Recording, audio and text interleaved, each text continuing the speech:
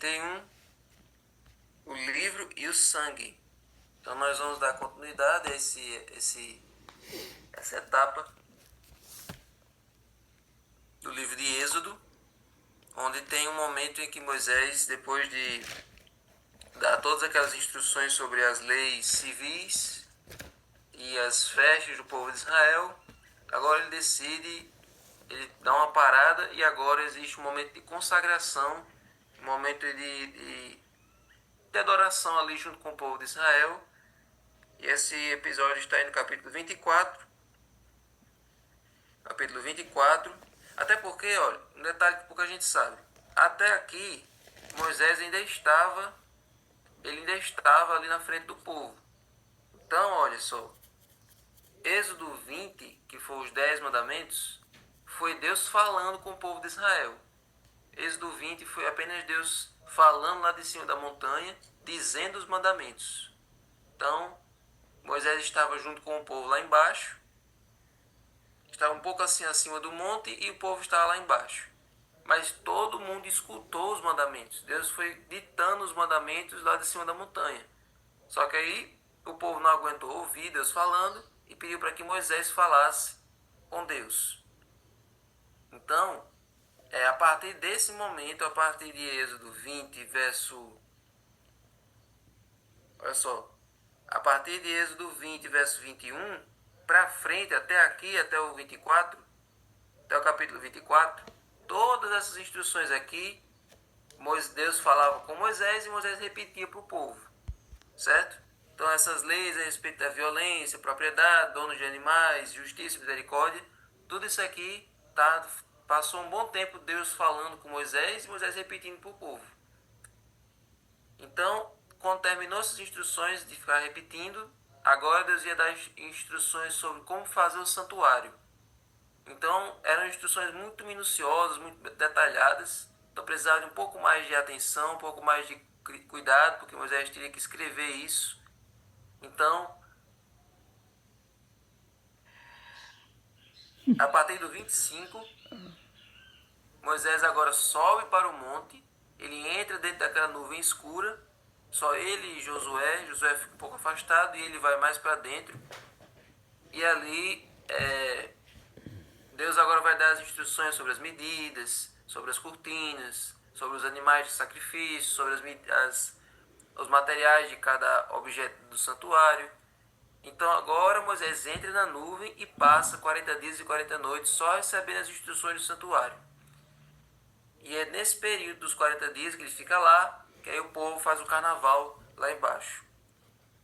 Então vamos entender o que aconteceu nesse episódio aqui.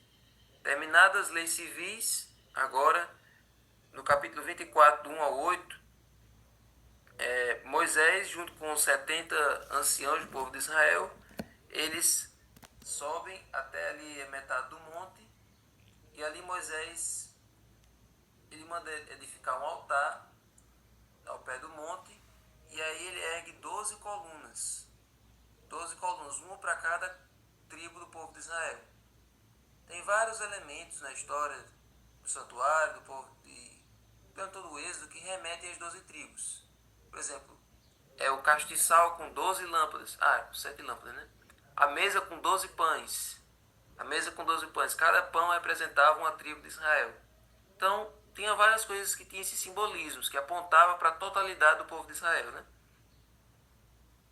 Então, ele mandou erguer 12 colunas e mandou alguns jovens fazerem sacrifícios e holocaustos de novilhos. E depois, ele pegou do sangue desses holocaustos, colocou em bacias e aspergiu sobre o altar que ele havia feito, um altar de pedras. E depois pegou o livro da aliança e leu para o povo. O livro da aliança é o livro que tem, onde ele escreveu todas essas ordens, essas leis civis, cerimoniais. Ele pegou isso aqui e leu para o povo. E ali, depois de ter lido isso para o povo, então o povo declarou: tudo que o Senhor falou, nós faremos e obedeceremos. Vocês sabem que não foi bem assim, né? Vocês sabem que eles disseram isso, mas Mais tarde, eles provaram que não estavam prontos ainda para obedecer totalmente.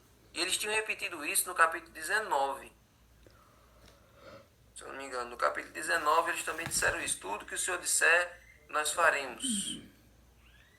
Olha aí. No capítulo 19, verso 8, diz assim: Então todo o povo respondeu a uma só voz: Tudo que o Senhor falou, faremos. E aqui novamente eles repetem: Tudo que o Senhor falou, nós faremos. Então vocês estão vendo que duas vezes eles declararam que seriam obedientes, mas logo depois provaram a sua rebeldia. Aí nesse mesmo capítulo 24, Davi, aí no final do versículo 3, eles também já tinham repetido. Então foram 3 vezes, olha. No versículo 3, tudo que o Senhor falou nós faremos. Verso 7, tudo que o Senhor falou nós faremos e obedeceremos. 3 vezes eles prometeram que iam ser obedientes. 3 vezes. Então, por aí vocês já tiram o quão desastrosa foi a queda, o quão desastrosa foi as decisões que eles tomaram depois, né? Considerando a entrega que eles tiveram nesse dia, considerando a decisão que eles tinham tomado nesse dia. Então você vê, gente, então por aí você vê que decisões importantes não são tomadas uma vez só e depois você nunca mais reforça isso na sua vida. Quando você decide por Jesus lá no batismo, você não decide somente naquele dia e todo o resto da sua vida você nunca mais toma essa decisão. A decisão de ser de Jesus é uma decisão que deve ser tomada todos os dias. Deve ser reforçada, realçada todos os dias da nossa vida, porque todos os dias essas escolhas são colocadas diante de nós. A quem você vai servir hoje? Que caminho você vai tomar hoje? A que Senhor vai reinar no seu coração hoje? Então, não é só no dia do batismo, é todos os dias. Todos os dias se aparece essa encruzilhada para a gente escolher. Então, naquele dia, o povo tomou a decisão. Tudo que o Senhor falou nós faremos. Mas dias depois, já deram para trás. Então, tem pessoas que tanto colocam essa decisão para o dia do batismo, como para um evento que elas vão para um evento muito bom, muito importante. Lá elas cantam, lá elas louvam, lá elas sentem aquela euforia, aquele êxtase. Mas depois que passa aquele evento, passa aquela data especial, aquele encontro, aquela decisão que foi tomada no encontro não é mais sentida, não é mais vivenciada no dia a dia da pessoa. Infelizmente acontece com muitas pessoas isso. A vida cristã é formada de decisões diárias. Então, por que Deus fez esse episódio aqui com esse holocausto, com esse sacrifício e também com a leitura do livro? Por que o tema da lição de hoje é o livro e o sangue? Deus ele queria um relacionamento com o povo de Israel, por isso que ele propôs uma aliança. Deus queria que o povo de Israel fosse mais íntimo dele. Se Deus é amor, como é que ele poderia fazer, como é que ele queria ser íntimo do povo de Israel sem um relacionamento, sem uma relação amorosa? Então Deus propôs essa aliança. E aqui, olha, ele diz o seguinte, que Deus não está interessado apenas em um comportamento ético, na doutrina correta e um conjunto de ações adequadas. Ou seja, tem umas pessoas aí que não acreditam em Deus, uns pensadores aí que dizem que os 10 mandamentos, as leis de Deus, é apenas Deus querendo que a pessoa viva de acordo com um padrão, viva de acordo com regras, viva de acordo com limites, só porque ele se diverte em ver a gente se esforçando para cumprir essas normas. Não. Quando Deus dá as suas leis, quando Deus deu as suas leis para o povo de Israel, no final ele fez uma aliança. Ele disse, olha, eu estou dizendo tudo isso aqui para vocês fazerem, mas no final eu quero que vocês sejam meus amigos. Eu quero que vocês sejam a minha família. Eu sei que por vocês mesmos, vocês dizem 3 vezes que vocês vão fazer isso tudo, mas eu sei que vocês não vão fazer, eu sei que vocês não têm capacidade. Então, quero fazer uma aliança com vocês, eu quero ter um relacionamento íntimo com vocês, porque eu vou ajudar vocês a cumprirem essas leis. Então, é aí que entra a parte do sangue, né? Então é aí que entra a questão do sangue. As pessoas realmente queriam fazer aquilo. As pessoas realmente estavam dispostas a obedecer, estavam dispostas a cumprir as leis. Elas disseram isso 3 vezes, elas estavam com vontade de cumprir, mas elas não conheciam a sua própria fragilidade e a sua falta de poder. Da mesma maneira, todos os dias a gente fala, a gente canta, a gente declara que nós somos de Jesus, que nós nunca vamos deixá-lo, nós nunca vamos abandoná-lo. Mas quantas vezes a gente fala isso e a gente fracassa no mesmo dia?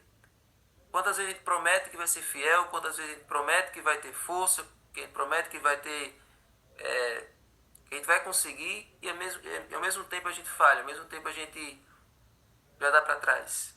Então o sangue ali, naquele dia, o significado do sangue naquele dia também tem o mesmo significado hoje. A única coisa que nos dá poder para vencer nossas falhas de caráter, para vencer nossos defeitos herdados e adquiridos, que nos dá poder para vencer qualquer fraqueza que a gente tenha, é o sangue de Cristo. Amém. Então é pelos méritos de Cristo que o povo de Israel seria capaz de seguir todas aquelas leis. E é pelos méritos de Cristo nós temos capacidade de obedecer a lei de Deus. O homem natural, o homem do jeito que ele é, no seu estado natural, ele não consegue obedecer. A tendência dele é sempre fugir. O fato de nós sermos pecadores, nós temos um imã que nos leva para o pecado naturalmente. Então é somente o sangue de Cristo, é somente Jesus que pode puxar a gente da força desse imã, que pode tirar a gente da influência desse magnetismo da natureza pecaminosa. Então, o livro ali foi lido, as leis ali foram dadas ao povo de Israel. Mas Deus disse, olha, pelo meu sangue, aqui é o sangue do Cordeiro, no futuro eu vou dar a minha vida. Mas é a partir do meu sacrifício, é a partir do sangue, que eu vou dar poder a vocês para obedecerem a minha lei. Mas para isso eu quero que você seja íntimo comigo. Eu quero que você seja parte da minha família. Logo, logo eu vou mandar construir um santuário que é para morar no meio de vocês. Eu vou morar junto com vocês. Todos vocês vão ficar à mesma distância de mim. Eu quero que todos vocês sejam meus vizinhos, sejam minha família. E aí eu vou ajudar vocês didaticamente a ter força para obedecer as minhas leis. No futuro, não vai ter mais santuário. No futuro, eu vou vir pessoalmente para estar com vocês. Eu vou ser Deus convosco. E um dia depois, lá 6.000 anos do futuro, eu vou voltar e tirar vocês para morar junto comigo. Amém. Então, nós vemos um Deus que quer estar próximo de nós desde o começo, desde o Éden. Ele quer estar próximo de cada um de nós. E Ele quer que nós possamos cumprir a vontade dEle para termos um estilo de vida melhor, para termos uma vida mais próspera, mais longa e para nós sermos salvos. E para ter força para fazer isso, o sangue dEle é que dá o poder. Amém? Então, irmãos, que essa lição possa ficar no nosso coração. Não confie na sua própria força, não confie nos seus próprios méritos, não confie nas suas próprias palavras. Eu disse que vou obedecer e vou fazer isso. Se minha palavra, não. Nossa palavra não é nada. Nossas declarações, a nossa força de vontade não é mais forte do que a força do mal que nos leva a pecar. Se a gente dissesse agora que nós nunca mais iríamos pecar e a gente nunca mais pecasse, não precisava nem de Jesus. Verdade. Se eu decidisse parar de pecar e eu parasse, para que a cruz? Para que a salvação? O sacrifício só vale, o sacrifício de Jesus só é importante para nós porque nós não conseguimos fazer sozinhos. Verdade. Se ele conseguisse fazer sozinho, se ele conseguisse parar, não precisava de santificação, não precisava de justificação, não precisava ler a Bíblia, não precisava acordar de 5 horas da manhã para um culto. A gente só está fazendo tudo isso porque por nós mesmos a gente não consegue. É somente pela força de Deus e de Cristo, do sangue de Cristo, que a gente consegue vencer o mal e alimentar a natureza espiritual e nos preparar para o céu. Amém? Senhor Deus, muito obrigado, Senhor, por essa lição. Muito obrigado, Senhor, por essas mensagens da Tua palavra. Sim. Muito obrigado, Senhor, porque o Teu sangue, porque a Tua morte na cruz nos dá força para vencer o mal, para vencer o pecado que nos domina. O Senhor já prometeu que com o Teu sacrifício o Senhor nos vence do poder do pecado. Nós não somos mais escravos dele, nós somos livres. Sim. O Senhor nos livra do poder do pecado hoje, para um dia nos libertar da presença do pecado eternamente. Sim, Deus. Então, Senhor, fica com cada um de nós, fica com a Tua igreja que está aqui, que essas 29 pessoas, Senhor, sejam multiplicadas por 100, todas as pessoas desse distrito possam entender a importância de entrar de manhã, para ouvir a tua mensagem, para ouvir a tua palavra, e que esse culto possa ser bem mais abrangente e mais pessoas possam ouvir a tua mensagem, a tua palavra. Fica Amém. conosco, dá-nos um bom dia em paz, em nome de Jesus. Amém. Amém.